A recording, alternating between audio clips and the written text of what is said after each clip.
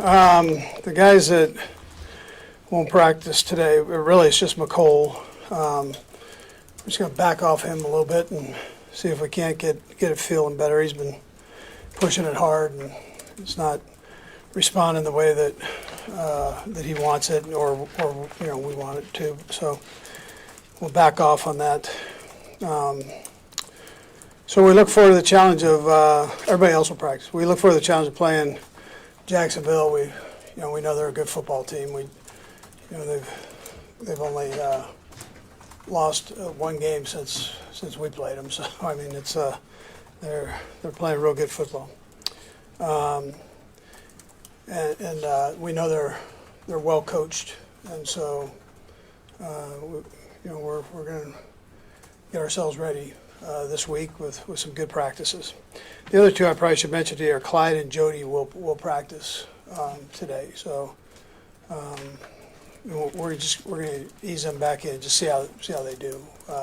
Try to get them back in the swing of things. Anyways, with that, time's yours.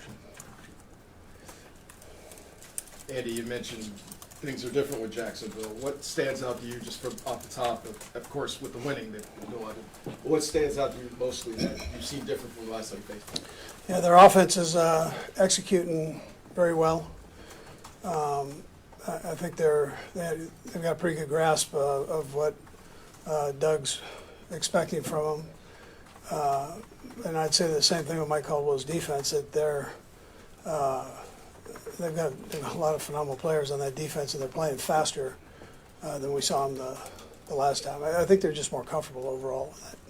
The speed comes with that. So, Andy, what is it about Doug and his personality that guys seem to respond to him as players, and Sure. they seem to enjoy playing for him?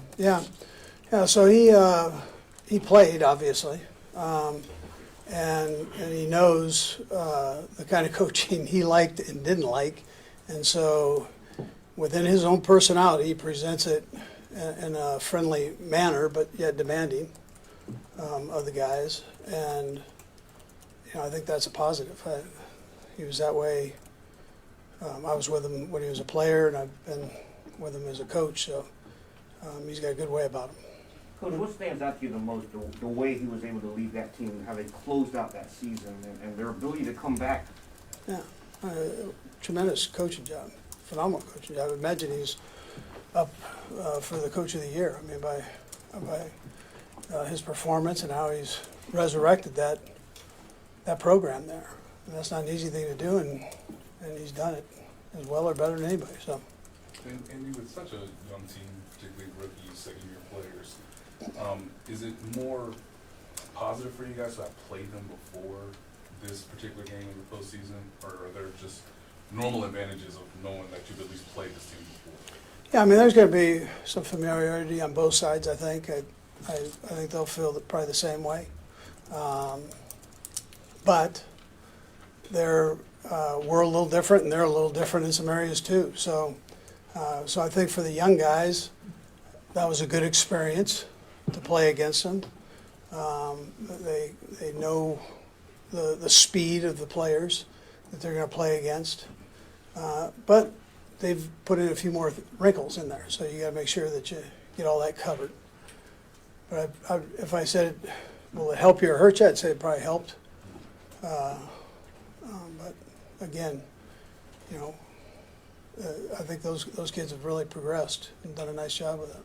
Coach, what do you, for Trevor Lawrence, seeing what he was able to do, 4 interceptions in the first half, bringing the team back in a manner what you did, what to say for that type of confidence that team is going to have coming into Arrowhead this season? They'll be they'll be confident. Should be. So he did a great job of that, of not falling apart and making it happen. So it doesn't happen very often in this league. He did a nice job of that. Coach, when it comes to Mecole, it sounds like it's been a very unique situation with maybe being able to play, maybe not. Do you guys still have optimism that he'll be back at some point during the postseason? Yeah, he does, and we do. Yeah, you want to try not to take steps back,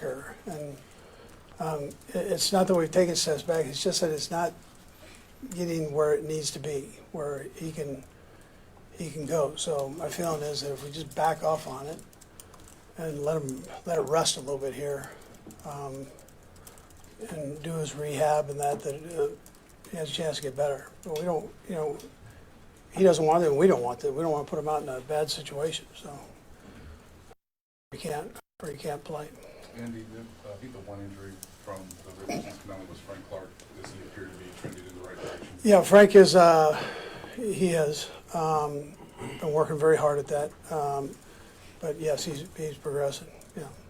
Coach, we're gonna get Nick Bolton here shortly, and it seems like after every game, you always make it a point to mention his tackles, but when you look at his entire regular season body of work, how impressive has his production been this year?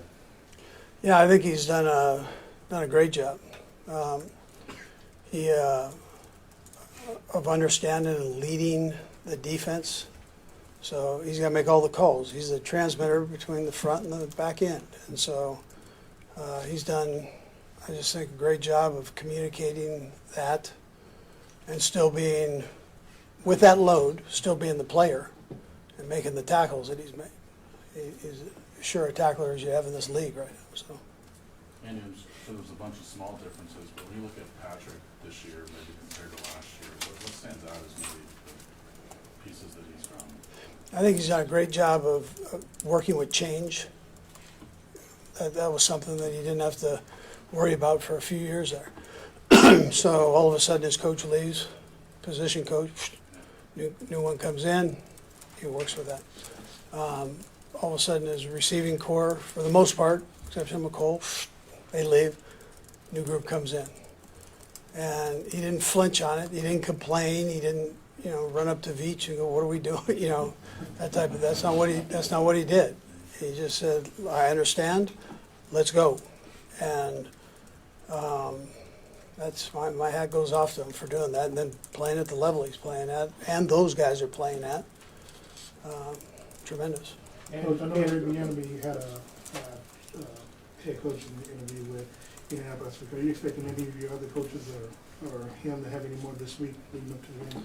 I haven't heard anything, no. What are some of the things you've seen from the rookie defensive backs that suggest that they're ready to take this next step in the challenge of the playoffs? Yeah. So I thought they progressively got better through the year. In particular, kind of down the stretch there. They started getting their hands on balls. Not always interceptions, but they were in position to make the play. I thought their tackling improved the angles that they were taking. So that comes down to getting, I look at that and I go, all right, speed of the game. They're getting a better feel for that. And this will be faster than the other ones. That's how it works in the playoffs. So they'll have to take another step here. Andy, Couple more guys. Andy, Travis Kelce had mentioned a week ago that you could get his father open. He kind of joked around and said that.